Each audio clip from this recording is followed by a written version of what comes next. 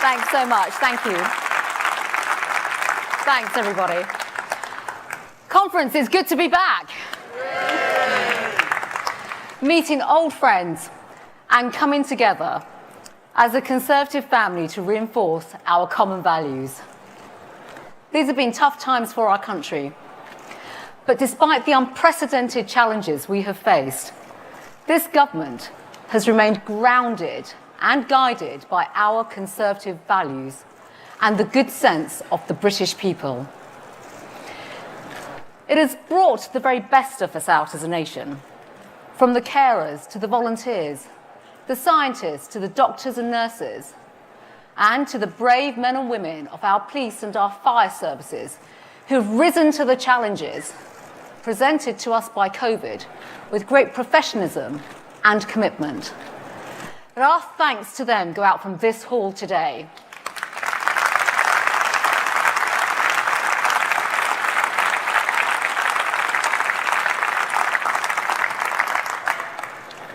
Two years ago here in Manchester, I said that the British people would always be my compass and that I would deliver on their priorities. And I make that commitment to you today again. The British people want a government on their side, keeping them safe. All our thoughts remain with Sarah Everard's family and friends. Her murderer, whose name I will not repeat, was a monster. His explicit intention was to instill fear and terror into women and girls.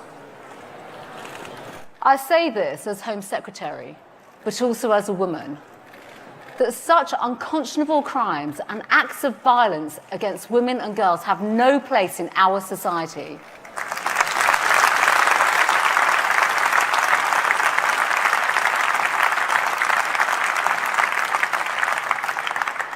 And that is why I have redoubled my efforts to ensure that women and girls feel safe. Since I became Home Secretary, cross-government funding to tackle these abhorrent crimes has trebled in relation to any other two-year period. The Police, Crime, Sentencing and Courts Bill extends whole life orders to child murderers and ends automatic halfway release for serious sexual and violent offenders. And nearly a year ago, I launched the first ever survey of women and girls on tackling the crimes that disproportionately affect them. In the wake of Sarah's tragic murder, I reopened that survey. 180,000 women and girls were brave enough to share some of their stories with me, some for the first time. Their experiences informed my Tackling Violence Against Women and Girls strategy, which I launched earlier this year. And I have wasted no time in putting that plan into action. I want to thank my colleagues.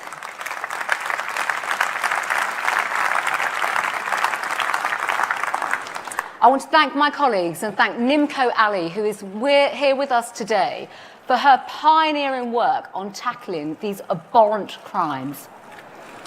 And this month, our country's first ever dedicated national police officer for reducing and preventing crimes against women and girls will get to work, providing national direction to the police.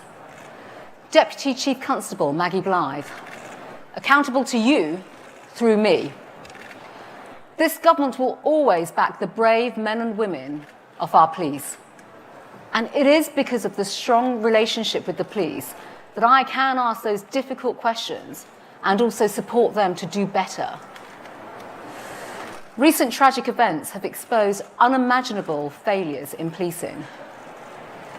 It is abhorrent that a serving police officer was able to abuse his position of power, authority and trust to commit such a horrific crime. The public have a right to know what systematic failures enabled his continued employment as a police officer. We need answers as to why this was allowed to happen.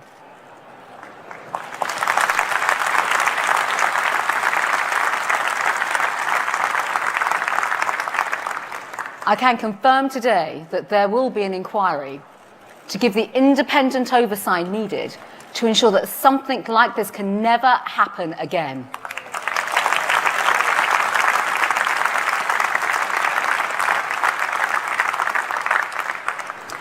Later this year, I will launch the first ever standalone domestic abuse strategy.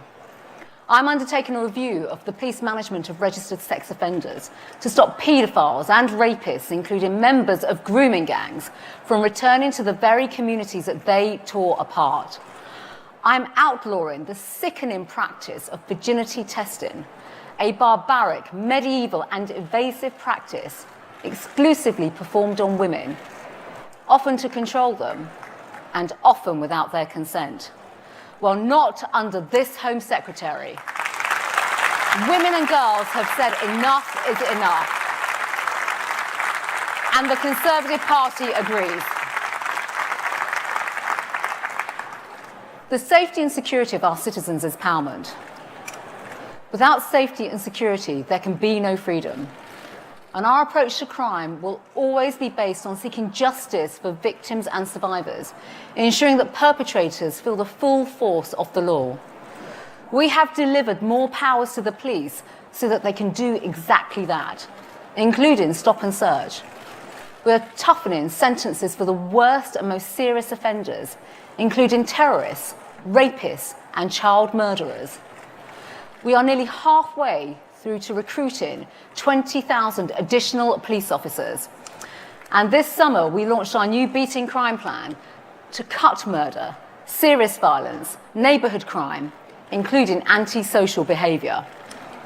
Under my watch, we have seen some of the biggest law enforcement raids in our country's history, with our crackdown on county lines drug gangs resulting in over 1,000 county lines shut down, millions of pounds of cash seized, and over 6,000 criminals arrested. We are cutting the head off the snake and taking down those kingpins behind these deadly supply lines. And that's thanks to my brilliant ministerial team. We are delivering for the British people.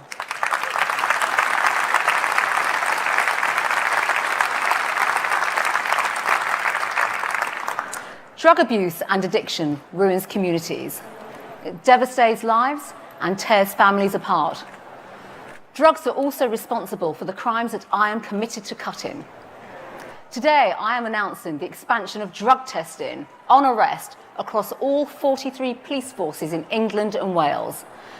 Those who test positive as confirmed drug users will be supported to tackle their drug abuse and regain their independence. But for those unwilling to address their drug misuse, there will be the harshest possible legal sanctions and consequences. So while Sir Keir Starmer backs calls to decriminalise drugs, we will take the tough action needed to build back safer and continue to put the interests of our country first.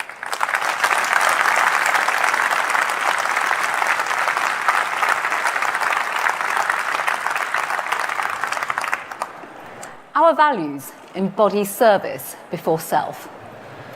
And this can be neatly defined by the Hindu word seva, which can mean service, commitment, and dedication to others. Ensuring the best interests of our country come first is what drives me each and every day. That is my responsibility, and that is my service, and that is our party.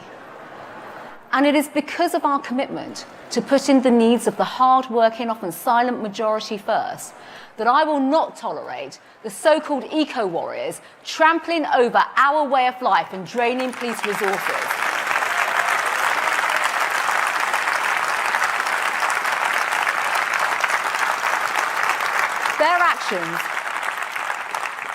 Their actions over recent weeks have amounted to some of the most self-defeating environmental protests that this country has ever seen.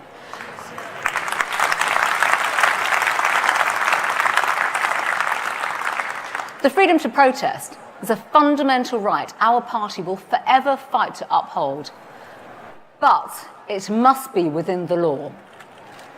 Measures already going through Parliament will ensure that these criminals can be brought to justice for the disruption that they are causing. But we are going to go further to close down the legal loopholes exploited by these offenders. So today I can announce that we will also increase the maximum penalties for disrupting a motorway, criminalise interference with key infrastructure such as roads, railways, and our free press, and give the police and the courts new powers to deliver so that they can deal with the small minority of offenders intent on travelling around the country, causing disruption and misery to our communities. This Conservative government is taking the tough decisions needed to cut crime and make our streets safe.